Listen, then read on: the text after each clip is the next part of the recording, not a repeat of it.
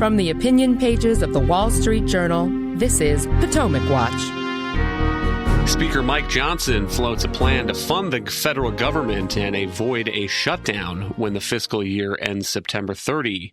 But after getting pushback from his colleagues, the speaker cancels a vote that was scheduled Wednesday, saying he will work through the weekend to build consensus. Welcome, I'm Kyle Peterson with the Wall Street Journal. We are joined today by my colleagues, columnist Kim Strassel and editorial board member Kate Batchelder-Odell. It's that time again in Washington, 19 days until government funding runs out and non-essential operations grind to a halt. The plan proposed by Speaker Mike Johnson had been a continuing resolution to continue the current funding levels through March, attached to a bill called the Safeguard American Voter Eligibility Act, or the SAVE Act, which would require voters nationwide to provide proof of citizenship when registering to vote. Let's listen to a clip of Speaker Johnson at a press conference on Tuesday arguing that the SAVE Act is needed on this bill. I am in this to win this. I believe, as I just told you, this is a conviction I feel deep in my heart. I've been a co-sponsor of the SAVE Act from the beginning, and I think it's something we must do. That's why it's worth fighting for. I'm not going to engage in conjecture and try to game out all the outcomes. I think this is something that we should do, and that's what we're doing. I told the conference that this morning. I'll say it here again. I am resolved on this, and I don't know what more I can say to show that conviction. And here from the other side of the Capitol building is Senate Leader Mitch McConnell on this funding problem coming down the pike. Well, I think we first have to see what the House sends us, and then, of course, how to handle that will be up to the majority leader. I would remind you, I've been both. Majority's better. But the first step ought to be what comes out of the House. And I think we don't know right now. I think a government shutdown, if it happens over the SAVE Act, could jeopardize Republican prospects in the election. A government shutdown is always a bad idea at any time. Kim, what are the competing tensions here? We know we have divided government, and Speaker Johnson has a very narrow majority. But what is the needle that he is trying to thread here to make sure that the government continues funding and we don't go into a shutdown, which I agree with Mitch McConnell there is generally a bad idea, particularly for Republicans? I agree, too. Let's take just a second to remind everyone how we got here. In theory, Congress is supposed to pass, both the House and the Senate each, 12 spending bills funding the government. If the government is funded from the end of September to the end of September, they pass those bills. In theory, you come together in a conference, they come to an agreement, they're sent to the president, you fund the budget. This is a process that has not happened the way it was supposed to happen, probably since I've been alive. So I do give the House Republicans credit. They said they wanted to return to regular order. They did manage to pass more than a half a dozen of those bills through the floor, but the Senate has passed none of them under Democrats. We are now 19 days until the government therefore runs out of money, with appropriations not passed through both chambers of Congress. So the default now is a continuing resolution that will continue to fund the government until Congress can find the time to actually sit down and be more methodical about their priorities. So this CR would simply extend funding at the levels it's at now. Johnson is dealing with some competing interests within his own caucus. He has proposed a 6-month CR under the belief that it would be good to avoid having to tackle this during a lame duck. Better to make your bets that Republicans will have the House and the Senate and possibly the White House, where they will have more ability to determine how that spending goes. There are those that would rather have a 3-month one because they think if Donald Trump wins, he should be given a clean slate, etc. There are also some that would rather deal with it in the lame duck because they see an opportunity to get more spending if they do that. Separately, those who are very conservative in the Republican caucus are not happy with a CR in general because they think we need to be doing more about spending.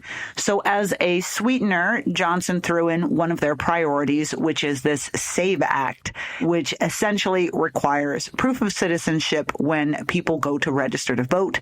This has become more of an issue as some localities have begun to suggest they'd like to let people vote, at least in local elections, who are non-citizens. This has become very disturbing to a lot of Republicans. So this was meant to sweeten the deal. At this point, I would note about 92-93% of his caucus is on board with this package he's put ahead. But as you note, it's a very narrow caucus. So you have some defense hawks who are unhappy about the notion of a 6-month CR and what that will do to military spending. And then you have some rebels who are the usual names, the Matt Gaetzes, etc., who declare they will never vote for a CR, that government must do more to cut spending, and that if that can't happen, let's just shut the whole thing down. He had to pull the bill because he didn't have enough people to vote for it on a planned vote on Wednesday. And so now he's going to try to whip people over the weekend and see if he can get to that number. My guess is that he will not be able to, and there will have to be a plan B. Kate, zeroing in on the objections of these defense hawk Republicans, what is the damage that they see being done to America's military posture and its readiness by these kinds of continuing resolutions, these flat funding levels? And why do they oppose going 6 months versus a shorter bill that would take it maybe to December? Sure. Basically, as Kim said, what a continuing resolution does is hold the Pentagon both at last year's funding levels and also locks in last year's priorities. Both are important to note. I mean, the world looked different even 1 year ago today prior to the October 7th attack on Israel.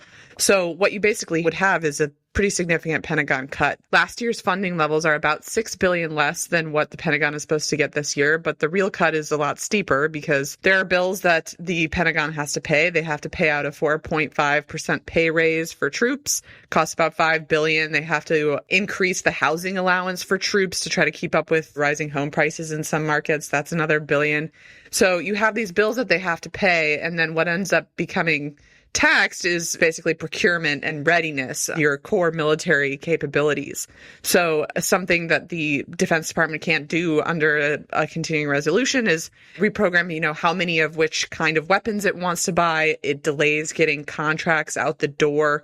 We have now kind of bipartisan agreement that the U.S. has insufficient weapon stocks after helping Ukraine and Israel, and that we need to make more, particularly of long-range weapons. This gums up that process and slows it down. But also just basic military readiness tasks. I mean, one thing that the Pentagon is warning about that will be delayed under a 6-month CR is the midlife refueling of an aircraft carrier. Aircraft carriers have to have substantial maintenance in the middle of their long life cycle. And so that will basically take a carrier and delay it getting back in the action, even as the United States is really struggling to keep aircraft carriers in the Middle East to deter that war from spreading, and also keep aircraft carriers in the Pacific to tamp down tensions in the Philippines and also with the Chinese Communist Party. So it does take a toll on core military capabilities to lock the Pentagon in at last year's levels and, again, also last year's priorities. Now, the Pentagon has gotten accustomed to operating with some degree of continuing resolutions,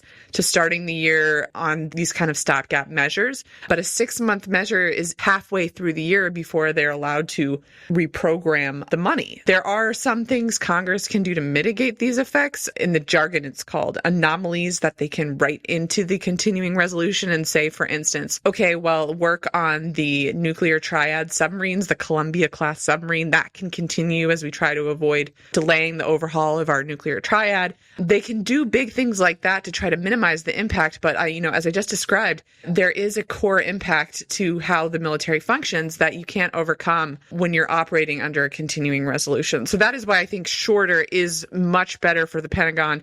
And in the current world moment, not a signal America, I think, wants to send to the world that it's not serious about fulfilling one of Congress's core obligations, which is funding national defense. Hang tight. We'll be right back in a moment.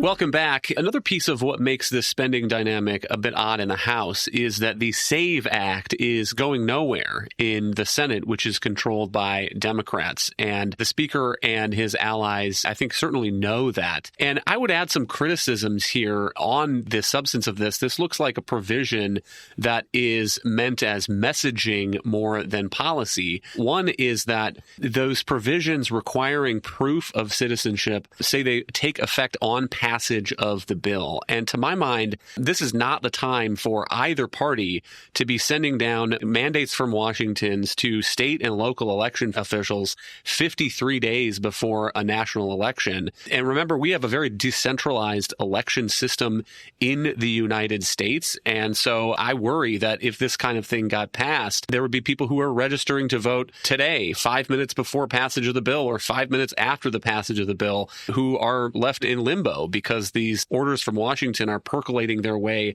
down through the system. Another is that the bill, the SAVE Act, says, here's a provision: under any method of voter registration in a state, the state shall not accept and process an application to register to vote unless the applicant presents documentary proof of the United States citizenship. And then it provides a list of options, including a passport and a birth certificate and a Real ID compliant photo identification card. And I know the driver's license that's in my pocket, and I think in the pockets of about half of Americans, are still not compliant with that 2005 Real ID Act. And every time I go through the TSA checkpoint at the airport, I see the sign that says, someday soon you will need a Real ID to get through this checkpoint, but they keep kicking the effective date on that. And so I worry that there's a real problem if you have people who are showing up and they have proof of their identity, and the state and the federal government certainly know whether or not they're U.S. citizens or not, but they don't have that kind of card that specifies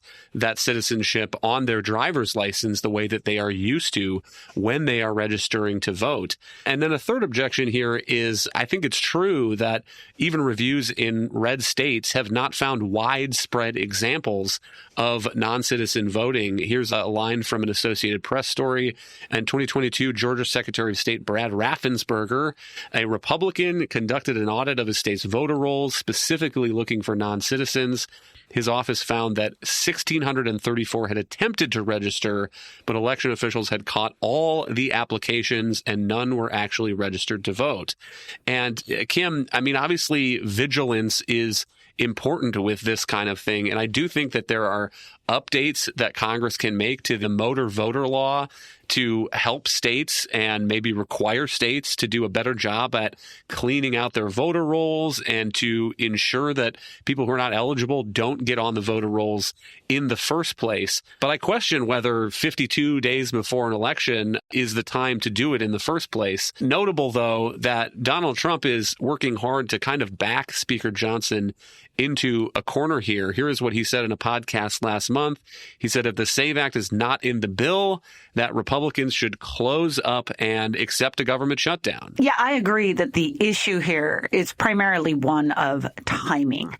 And I think that it would be good for Republicans to step back and look at this bill a little bit more in terms of the timing, when would be the best time to do it, but also in terms of long-held principles that they have about the federal government being engaged to much of an extent in state voting setups and state voting laws. I mean, it was Republicans who very much didn't want to see the motor voter law passed. They've had huge objections to the Biden administration using government offices to encourage voter registration in ways that they feel aren't always nonpartisan. And so they just need to make sure that the provisions that are in this bill really do conform with their broader principles about states' rights and the state ability to lead the way on their own voting rules. Remember, it's Democrats right now who are pushing for a federal takeover of state voting laws. So that's a fine balance. That being said, I also can understand there's been a lot of complaints about how flat-footed Republicans were in 2020 about all these moves to change election laws in the wake of COVID and in ways that did seem to violate longstanding principles, and how they found themselves, after all the voting had taken place, on the back foot attempting to litigate a lot of these things. So They're trying now to take a more forward-looking approach. It isn't clear that this is a problem right now, but it also is clear that there are many Democratic leaders across the country, especially in local municipalities, who would love to open up voting to migrants who are not U.S. citizens. And there could be a lot of confusion at that point about the distinction between state and local elections and federal elections, which clearly prohibit that. So I think they're trying to get a jump on the game. But doing it 52 days, as you say, before an election, I think you can make an argument this might not be necessary either in the long run, because states have become very much aware of this issue. And you've had more than a half a dozen of them that have already passed their own rules governing this. You've got other ones in which the governors have been sending out reminders that have to be given alongside those motor voter forms, pointing out to people that you are not allowed to vote in a federal election if you are not a U.S. citizen. So there's a lot of work that's already being done at the state level, and it could well be that that makes this entire question moot at some point.